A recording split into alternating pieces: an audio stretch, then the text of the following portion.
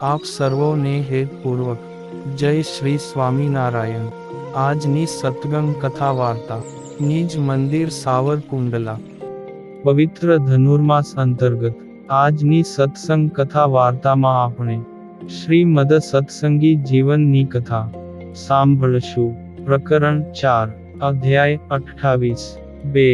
સુવ્રત મુનિ કહે છે કે, હે રાજન, આ દેશમાં અન્ય સર્વે તીર્થોની મધ્યે ઉત્તમ અને ઈચ્છિત ફળને આપનારું દ્વારિકા નામનું તીર્થ આવેલું છે। આ તીર્થમાં સ્વયં વિશ્વકર્માએ રચેલા અતિશય રમણીય સુવર્ણમય રાજ મંદિરમાં શ્રી રૂકમણીના પતિ શ્રી કૃષ્ણ ભગવાન નિત્ય વિરાજે છે। અચ્યુત ભગવાન શ્રી કૃષ્ણ જ્યારે યદુકુળનો સંહાર કરીને પ્રભાસ તીર્થમાં અંતર્ધાન થયા, ત્યારે સમુદ્રે ભગવાનની વિશ્વકર્માએ રચેલી મંદિર સિવાયની આખી દ્વારિકાપુરીને ડૂબાડી દીધી। સકલ ઐશ્વર્ય સંપન્ન શ્રી કૃષ્ણ ભગવાન પ્રભાસ તીર્થમાં પોતાના યદુકુળનો સંહાર કરાવી મનુષ્યો જોઈ ન શકે તે રીતે અદૃશ્યપણે આપણા સર્વે જનોના હિતને અર્થે સમુદ્રે નહીં ડૂબાડેલા પોતાના એ મંદિરમાં આવીને સદાય રહેવા લાગ્યા। તેથી આ દ્વારિકાપુરીને મુક્તિપુરી પણ કહેલી છે, આમ તમે જાણો। કલિયુગમાં કલ્યાણકારી આ તીર્થ સમાન અન્ય બીજું કોઈ તીર્થ નથી। માટે હે ભક્તજનો, ગૃહસ્થ તથા ત્યાગીઓએ પણ એ દ્વારિકાની યાત્રા અવશ્ય કરવી। પોતાના અધિકાર પ્રમાણે તે તીર્થનો સમગ્ર વિધિ પણ કરવો। કારણ કે, હે ભક્તજનો, આવા પુણ્યક્ષેત્રમાં ગૃહસ્થજનોએ ન્યાય નીતિથી મેળવેલા ધનનો વિશેષપણે વ્યય કરવાનું કહેલું છે।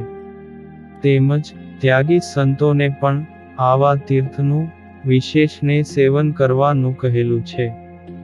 આ પ્રમાણે સર્વે ભક્તજનોને તીર્થનો મહિમા કહીને સદ્ગુરુના સ્વરૂપમાં બિરાજતા ભગવાન શ્રી હરિએ કૌશલ દેશ જવા તત્પર થયેલા પોતાના સંબંધી જનોને નિહાળ્યા।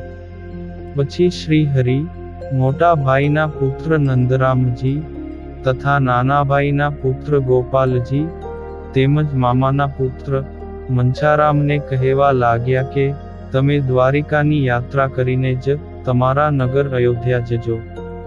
ઉદ્ધવ સંપ્રદાયના દરેક આશ્રિતોએ દ્વારિકાની યાત્રા અવશ્ય કરવી જોઈએ।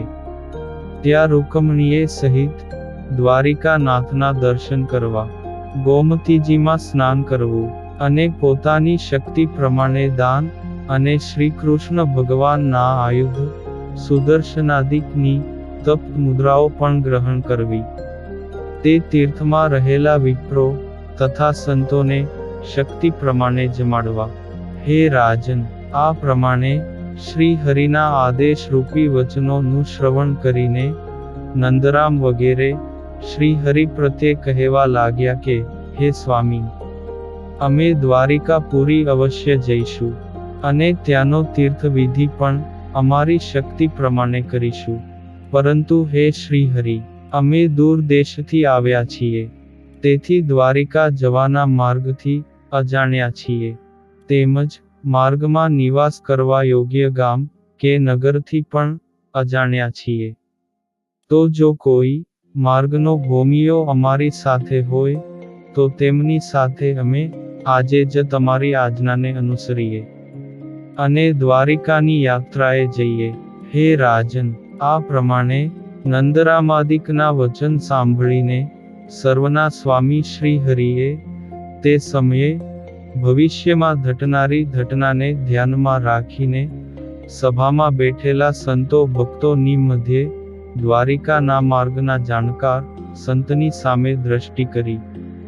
પછી હે રાજન, તે સમયે શ્રી હરિએ સમાધિનિષ્ઠ, નિર્ભય તેમજ ઋષભદેવના પુત્ર જડ ભરતના જેવી સ્થિતિવાળા સચ્ચિદાનંદ સ્વામીને જોયા અને કહ્યું કે, હે સંતવર્ય, તમે ભગવાન શ્રી કૃષ્ણના એકાંતિક સંત છો, તેથી આપણા સર્વે સંતોમાં તમે પૂજ્ય છો, તેમજ દ્વારિકાપુરીના માર્ગના ભોમિયા પણ છો, તેથી તમે જ નંદરામાદિકને દ્વારિકાની યાત્રા કરાવો.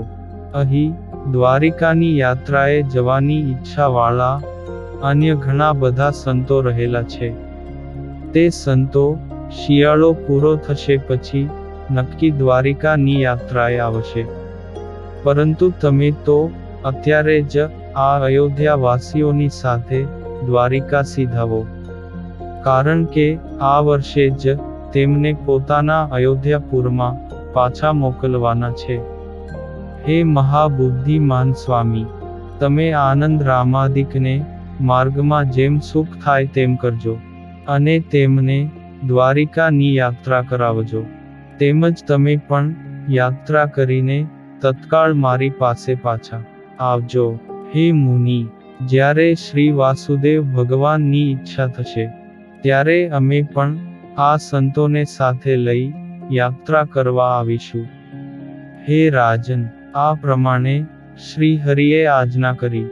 તેથી તેમની આજ્ઞાનું હર હંમેશ પાલન કરતા મહાયોગી સચ્ચિદાનંદ સ્વામી બે હાથ જોડી નમસ્કાર કરીને વિનયપૂર્વક કહેવા લાગ્યા કે, હે પ્રભુ, તમે જે પ્રમાણે મને આજ્ઞા કરી છે તે આજ્ઞાનું તમારી પ્રસન્નાર્થે યથાર્થપણે પાલન કરીશ. આ નંદરામ વગેરે પરિવારજનો માર્ગમાં ઉપયોગી વાતો કરાવીને જવા માટે તૈયાર થાઓ. હે રાજન, સચ્ચિદાનંદ સ્વામીએ આ પ્રમાણે કહ્યું. તેથી શ્રી હરિએ પોતાની સમીપે બેઠેલા મયારામ ભટ્ટને કહ્યું કે આ લોકોને યાત્રાએ જવાનું શુભ મુહૂર્ત જોઈ આપો. ત્યારે વૃદ્ધ મયારામ ભટ્ટે તત્કાળ પોતાની પાઘડીમાંથી લાંબુ પંચાક બહાર કાઢ્યું, અને તેમાં યાત્રાને યોગ્ય લગ્ન શુદ્ધિ અને ચંદ્રનું બળ જોઈ શ્રી હરિ પ્રત્યે કહેવા લાગ્યા કે, હે સ્વામી, સંવત 1881 ના મહાસુદી નવમીની તિથિએ શુભ મુહૂર્ત છે. પછી શ્રી હરિએ સભામાં બેઠેલા સર્વે જનોને પોતપોતાના સ્થાને જવાની આજ્ઞા કરી, અને દ્વારિકાની યાત્રા કરવાનું શ્રી હરિનું વચન મસ્તકે ચડાવી સૌ પોતપોતાના સ્થાને ગયા, અને સ્વયં શ્રી હરિ પણ પોતાના ઉતારે ગયા.